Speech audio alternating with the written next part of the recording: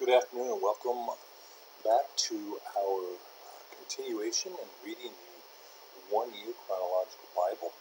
Today is February the 6th, and I have new glasses, you can probably tell. So the reading's going to be fun today through the bifocals, but we're going to press on. But before we go much further, I do want to take a moment. In our prayers today, I want to be sure to cover the people affected by this terrible earthquake that's happened in southern Turkey and the areas around there. So as far away as Buffalo, New York, they're having some, associated seismic activities. I think at 4.2 in Buffalo. Japan felt the tremors and measured them. So major earthquake, at least 3 of them now. Buildings have toppled, more buildings will topple, and it is a winter time, so things are dire there. And I truly hope that this is an opportunity for believers to show their light in such a way as to be honoring of God, and that for non-believers that they will turn to God in these dire times. Again, many prayers for the people in Turkey and around that area, and also for people who are suffering everywhere. I drove home today, and there was some major type of activity happened not too far away, as 6 or 7 police cars went by, sheriffs and state troopers, and fire engines, and unmarked cars with sirens on the top, and then ambulances. You know, the terrible things happen everywhere, all around the world, almost at all times. So it's truly time to be on our knees in prayer. And with that, let's go forward. Gracious and Heavenly Father, we know everything rests in your hands. And Lord, even though we try to scheme and take control for ourselves, we know better. Believers know better. Lord, my prayer goes out to the people of Turkey and the surrounding countries that have been affected by this terrible series of earthquakes. Lord, I pray that there will be some understanding, there will be some peace derived from those who would turn to you, Lord. It's winter, it's cold. They don't have homes by the tens of thousands. Lord, my heart aches for these people, for the children. Lord, whatever this calamitous event represents, whether it's the nature of the earth's crust or your right hand, we read about in Exodus, acting out against the Egyptians. Whatever the source, Lord, our hearts do go out to people who are affected by these tragedies, whether they're on the other side of the globe or the other side of town. But I pray that the reading of this word today will pierce my heart, that the Holy Spirit will reveal new things to me as we go on. And for those who would listen, Lord, bless this reading, bless the ears that hear it. And Lord, may we always remain in your will. And may we always be able to know that we have your love to lean on and none other. In the Son's holy name I pray. Amen. Again, the reading will be challenging, but I have to learn how to use the new glasses because they're a better prescription. So they say. February 6th, manna and quail from heaven, Exodus 16, 1-36, 1280 BC. The whole Israelite community set out from Elim and came to the desert of Sin, which is between Elim and Sinai, on the 15th day of the 2nd month after they had come out of Egypt. In the desert, the whole community grumbled against Moses and Aaron. The Israelites said to them, "If only we had died by the Lord's hand in Egypt. There we sat around pots of meat and ate all the food we wanted. But you have brought us out into the desert to starve this entire assembly to death." Then the Lord said to Moses, "I will rain down bread from heaven for you. The people are to go out each day and gather enough for that day. In this way I will test them and see whether they will follow my instructions. On the 6th day they are to prepare what they bring in, and that is to be twice as much as they gather on the other days." So Moses and Aaron said to all the Israelites, "In the evening you will know it was the Lord who brought you out of Egypt, and in the morning you will see the glory of the Lord, because he has heard your grumbling against him. Who are we that you should grumble against us?" Moses also said, "You will know that it is the Lord when he gives you meat to eat in the evening and all the bread you want in the morning, because he has heard your grumbling against him. Who are we? You are not grumbling against us, but against the Lord." Then Moses told Aaron, "Say to the entire Israelite community, 'Come before the Lord, for he has heard your grumbling.'" While Aaron was speaking to the whole Israelite community, they looked toward the desert, and there was the glory of the Lord appearing in the cloud. The Lord said to Moses, "I have heard the grumbling of the Israelites. Tell them, at twilight you will eat meat, and in the morning you will be filled with bread. Then you will know that I am the Lord your God." For that evening quail came and covered the camp, and in the morning there was a layer of dew around the camp. When the dew was gone, thin flakes like frost on the ground appeared on the desert floor. When the Israelites saw it, they said to each other, "What is it?" For they did not know what it was. Moses said to them, "It is the bread the Lord has given you to eat. This is what the Lord has commanded. Everyone is to gather as much as they need. Take an omer for each person you have in your tent." The Israelites did as they were told. Some gathered much, some little. And when they measured it by the omer, the one who gathered much did not have too much, and the one who gathered little did not have too little. Everyone had gathered just as much as they needed. Then Moses said to them, "No one is to keep any of it until morning." However, some of them paid no attention to Moses. They kept part of it until morning. But it was full of maggots and began to smell. So Moses was angry with them. Each morning everyone gathered as much as they needed, and when the sun grew hot, it melted away. On the 6th day they gathered twice as much, 2 omers for each person. And the leaders of the community came and reported this to Moses, who said to them, "This is what the Lord commanded. Tomorrow is to be a day of Sabbath rest, a holy Sabbath to the Lord. So bake what you want to bake and boil what you want to boil. Save whatever is left and keep it until morning." So they saved it until morning as Moses commanded, and it did not stink or get maggots in it. "Eat it today," Moses said, "because today is a Sabbath to the Lord. You will not find any of it on the ground today. 6 days you are to gather, but on the 7th day, the Sabbath, there will not be any." Nevertheless, some of the people went out on the 7th day to gather, but they found none.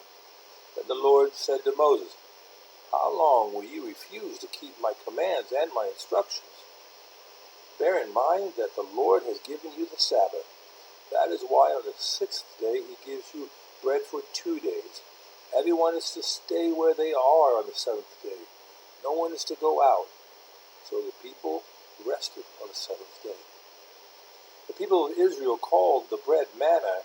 It was white like coriander seed and tasted like wafers made with honey. Moses said, "This is what the Lord has commanded. Take an omer of manna and keep it for the generations to come, so they can see the bread I gave you to eat in the wilderness when I brought you out of Egypt." So Moses said to Aaron, "Take a jar and put an omer of manna in it. Then place it before the Lord to be kept for the generations to come." As the Lord commanded Moses, Aaron put the manna with the tablets of the covenant law so that it might be preserved. The Israelites ate manna 40 years until they came to a land that was settled. They ate manna until they reached the border of Canaan. An omer is 1/10 of an ephah. Water from the rock, Exodus 17. The whole Israelite community set out from the desert of Sin, traveling from place to place as the Lord commanded. They camped at Rephidim, but there was no water for the people to drink. So they quarreled with Moses and said, "Give us water to drink." And Moses replied, "Why do you quarrel with me? Why do you put the Lord to the test?" But the people were thirsty for water there, and they grumbled against Moses. They said, "Why did you bring us up out of Egypt to make us and our children and livestock die of thirst?" Then Moses cried out to the Lord, "What am I to do with these people? They are almost ready to stone me." The Lord answered Moses, "Go out in front of the people. Take with you some of the elders of Israel, and take in your hand the staff with which you struck the Nile, and go. I will stand before you by the rock of Horeb. I will strike the rock, and the water will come out of it for the people to drink." So Moses did this in the sight of the elders of Israel, and he called that place Massah and Meribah, because the Israelites quarreled, and because they tested the Lord, saying, "Is the Lord among us or not?" And that was Horeb, by the way. Israel defeats the Amalekites in Exodus 17. The Amalekites came and attacked the Israelites at Rephidim.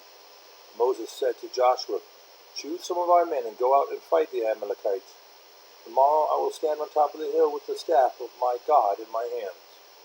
So Joshua fought the Amalekites as Moses had ordered, and Moses, Aaron, and Hur went to the top of the hill. As long as Moses held up his hands, the Israelites were winning, but whenever he lowered his hand, the Amalekites were winning. When Moses' hands grew tired, they took a stone and put it under him, and he sat on it. Aaron and Hur held up his hand, one on one side, one on the other, so that his hands remained steady till sunset. So Joshua overcame the Amalekite army with the sword. Then the Lord said to Moses, "Write this on a scroll as something to be remembered, and make sure that Joshua hears it, because I will completely blot out the name of Amalek from under the heaven." Moses built an altar and called it, "The Lord is my banner." He said, because hands were lifted up against the throne of the Lord will be at war against the Amalekites from generation to generation. Jethro's visit to Moses.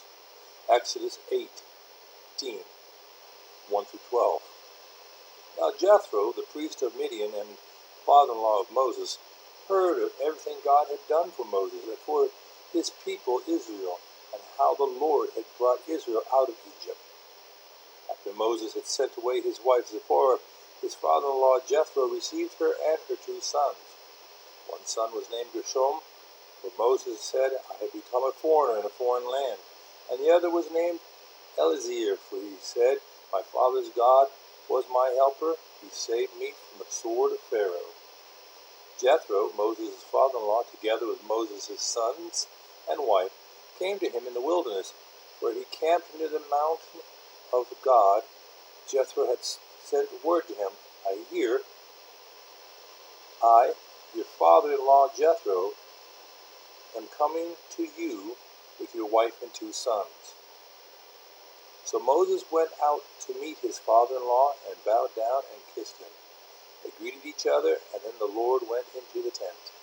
Moses told his father-in-law about everything the Lord had done to Pharaoh and the Egyptians for Israel's sake, and about all the hardships they had met along the way, and how the Lord had saved them. Jethro was delighted to hear about all the good things the Lord had done for Israel in rescuing them from the hand of the Egyptians. He said, "Praise be to the Lord, who rescued you from the hand of the Egyptians and of Pharaoh, and who rescued the people from the hands of the Egyptians. Now I know that the Lord is greater than all other gods, for he did this to those who had treated Israel arrogantly. Then Jethro, Moses' father-in-law, brought a burnt offering and other sacrifices to God, and Aaron came with all the elders of Israel to eat a meal with Moses' father-in-law in the presence of God.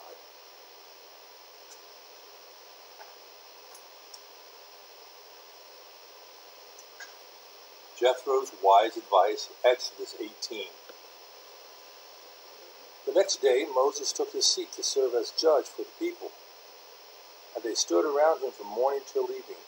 When his father-in-law saw all that Moses was doing for the people, he said, "What is this you are doing for the people? Why do you alone sit as a judge, while all these people stand around you from morning till evening?" Moses' answer was, "Because the people come to me to seek God's will. Whenever they have a dispute, it is brought to me, and I decide it between the parties and inform them of God's decrees and instructions." Moses' father-in-law replied, "What you are doing is not good. You and these people who come to you will only wear yourselves out. The work is too heavy for you. You cannot handle it alone. Listen now to me, and I will give you some advice, and may God be with you. You must be the people's representative before God and bring their disputes to him. Teach them his decrees and instructions, and show them the way they are to live and how they are to behave. But select capable men from all the people, men who fear God, trustworthy men who hate dishonest gain, and appoint them as officials over thousands, hundreds, fifties, and tens. Have them serve as judges for the people at all times. Have them bring every difficult case to you. The simple cases they can decide themselves. That will make your load lighter, because they will share it with you. If you do this, and God so commands, you will be able to stand the strain, and all these people will go home satisfied." Moses listened to his father-in-law and did everything he said. He chose capable men from all Israel and made them leaders of the people, officials over thousands, hundreds, fifties, and tens. They served as judges for the people at all times. The difficult cases they brought to Moses, but the simple ones they decided themselves. Then Moses sent his father-in-law on his way, and Jethro returned to his own country. The Lord reveals himself at Sinai, Exodus 19. On the first day of the third month after the Israelites left Egypt, on that very day, they came to the desert of Sinai. After they had set out from Rephidim, they entered the desert of Sinai, and Israel camped there in the desert in front of the mountain. Then Moses went up to God, and the Lord called him from the mountain and said, "This is what you are to say to the descendants of Jacob, and what you are to tell the people of Israel. You yourselves have seen what I did in Egypt, and how I carried you on eagle's wings and brought you to myself. Now if you obey me fully and keep my covenant, then out of all the nations you will be my treasured possession. Although the whole earth is mine, you will be for me a kingdom of priests and a holy nation. These are the words you are to speak to the Israelites." So Moses went back and summoned the elders of the people and set before them all the words the Lord had commanded him to speak. The people all responded together, "We will do everything the Lord has said." So Moses brought their answers back to the Lord. The Lord said to Moses, "I'm going to come to you in a dense cloud, so that the people will hear me speaking with you, and will always put their trust in you." Then Moses told the Lord what the people had said. And the Lord said to Moses, "Go to the people and consecrate them today and tomorrow. Have them wash their clothes and be ready by the third day, because on that day the Lord will come down on Mount Sinai in the sight of all the people. Put limits for the people around the mountain, and tell them, be careful that you do not approach the mountain or touch the foot of it. Whoever toucheth the mountain is to be put to death. They are not to be stoned or shot with arrows, not a hand is to be laid on them. No person or animal shall be permitted to live. Only when the ram's horn sounds a long blast may they approach the mountain. After Moses had gone down the mountain to the people, he consecrated them, and he washed their clothes, and he said to the people, prepare yourselves for the third day, abstain from sexual relations. On the morning of the third day, there was thunder and lightning, with a thick cloud over the mountain, and a very loud trumpet blast, and everyone in the camp trembled. Then Moses led the people out of the camp to meet with God, and they stood at the foot of the mountain. Mount Sinai was covered with a smoke, because the Lord descended on it in fire. The smoke billowed up from it like smoke from a furnace, and the whole mountain trembled violently, as the sound of the trumpet grew louder and louder. Moses spoke, and the voice of God answered him. The Lord descended on top of Mount Sinai, and called Moses to the top of the mountains. So Moses went up, and the Lord said to him, go down and warn the people, so they do not force their way through to see the Lord, and many of them perish. Even the priests who approach the Lord must consecrate themselves, or the Lord will break out against them. Moses said to the Lord, the people cannot come up Mount Sinai, because you yourself warned us. Put limits around the mountain, and set it apart as holy. The Lord replied, go down and bring Aaron up with you. But the priests and the people must not force their way through to come up to the Lord, or he will break out against them. So Moses went down to the people and told them. And that concludes the reading for today. Boy, oh boy, did we have challenges between glasses and lights, but I appreciate you bearing with me, and look forward to tomorrow, the 7th, to read. Again, we'll close out in prayer. Thank you for being with me. Gracious and Heavenly Father, thank you for the Word. Thank you for being with us and helping us over the trying times and the stipulations that happen with new glasses and distraction. Lord, you heard our prayers. You know our hearts. I pray these things in your Son's mighty and powerful name. Amen. And we will see you all tomorrow. Thank you.